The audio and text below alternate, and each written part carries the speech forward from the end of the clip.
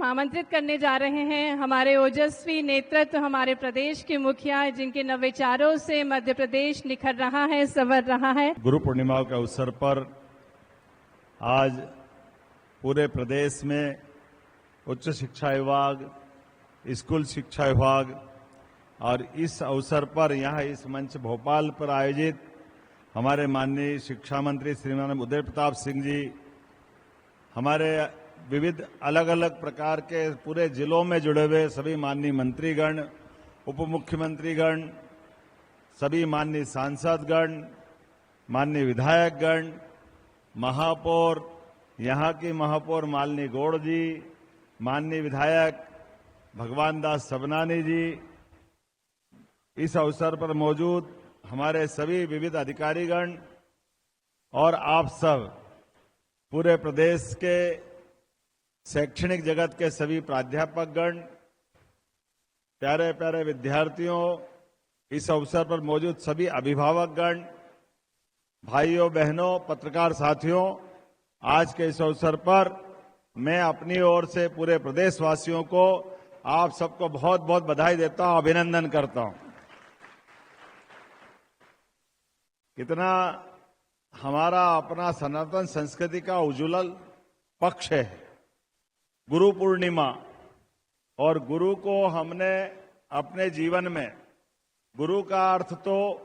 अंधेरे से प्रकाश की ओर ले जाने वाला अर्थ, और ये हमारी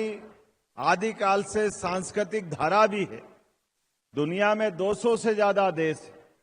और ऐसे ऐसे देशों में जहां इस बात को लेकर के दुनिया के अंदर वसुदेव कुटुंबकम की भावना को स्थापित करते हुए,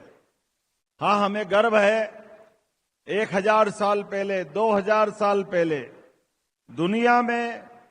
जहां एक तरफ अंधेरा था, समझ नहीं आती थी, अलग अलग देशों में संस्कृति खड़ी हुई और उत्थान के बाद उनका पतन भी हो गया। लेकिन परमात्मा की कृपा से किसी देश का अगर सांस्कृतिक धारा आज विद्यमान है, तो इसके लिए इकबाल ने कहा है कि कुछ बात है कि हस्ती मिटती ना ही हमारी, वो कुछ बात है तो अर्थात हमारी ये जो वसुदेव कुटुंबकम की जो भावना है, और उस वसुदेव कुटुंबकम की भावना में समूची वसुधा को हम पृथ्वी का एक परिवार मानते हैं। और हमारे यशस्वी प्रधानमंत्री जो आज जिस प्रकार से दुनिया में भारत का मान बढ़वा रहे हैं, सम्मान बढ़ा रहे हैं, जोरदार अभिनंदन करें श्रीमान नरेंद्र मोदी जी का। बदलते दौर में भारत अपने सभी क्षेत्रों में एक एक करके वो सारी बातों को लेकर के फिर एक नए स्वरूप में दुनिया के सामने सीना तान के खड़ा है। आज कितना अच्छा लगता है, यशस्वी प्रधानमंत्री, आजादी के बाद जितने प्रधानमंत्री हुए, इतने देशों में सर्वोच्च सम्मान से कोई अपने सम्मानित करके भारत को गौरव नहीं दिला पाया जितना यशस्वी प्रधानमंत्री श्रीमान नरेंद्र मोदी जी का अभिनंदन करें, जोरदार अभिनंदन करें, जिनका हर देश ने, हर वो देश जिसका सर्वोच्च नागरिक पुरस्कार अगर किसी को मिला है, तो हाँ, हमें गर्व है, हमारे प्रधानमंत्री श्रीमान नरेंद्र मोदी जी के माध्यम से वो भारत को गौरवान्वित करने वाला अवसर मिलता है। कल नामीबिया, पीछे ब्राजील, सारे अरब के देश, कौन सा देश बच रहा है? और देश, इसलिए मैं बात कर रहा हूं कि हमारे लिए सच्चे अर्थों में सरकारी व्यवस्थाओं के बावजूद भी जिस प्रकार से शिक्षा से निकल करके दुनिया का सबसे बड़ा गणतंत्र भारत बना है, और भारत ने यशस्वी प्रधानमंत्री का पूरा जीवन हमारे सामने है। बच्चों, ये सरकारी विद्यालय के लोकार्पण के अवसर पर मैं ये दोनों बात इसलिए कह रहा हूं, विद्यार्थियों के भी कुछ उदाहरण हमारे सामने आएंगे और शिक्षकों के उदाहरण भी आएंगे, आचार्य के उदाहरण भी आएंगे। ये जो सांदीपनि, महर्षि सांदीपनि, जिनके नाम पर ये हमने अपने प्रदेश के ऐसे सारे भव्य दिव्य भवनों का नामकरण किया गया है, ये सांदीपनि कौन है?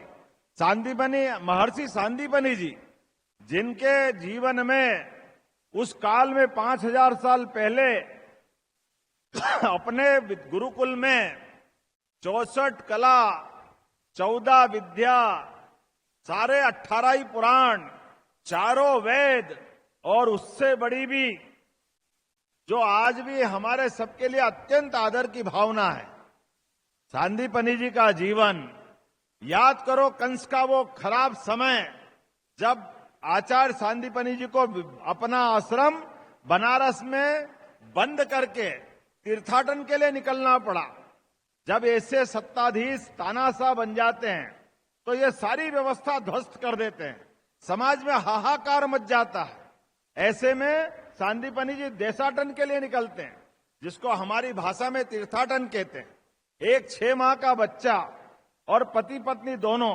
लेकिन दोनों की ख्याति इतनी थी कि पूरे देश और दुनिया में सांदीपनि जी का व्यक्तित्व उस समय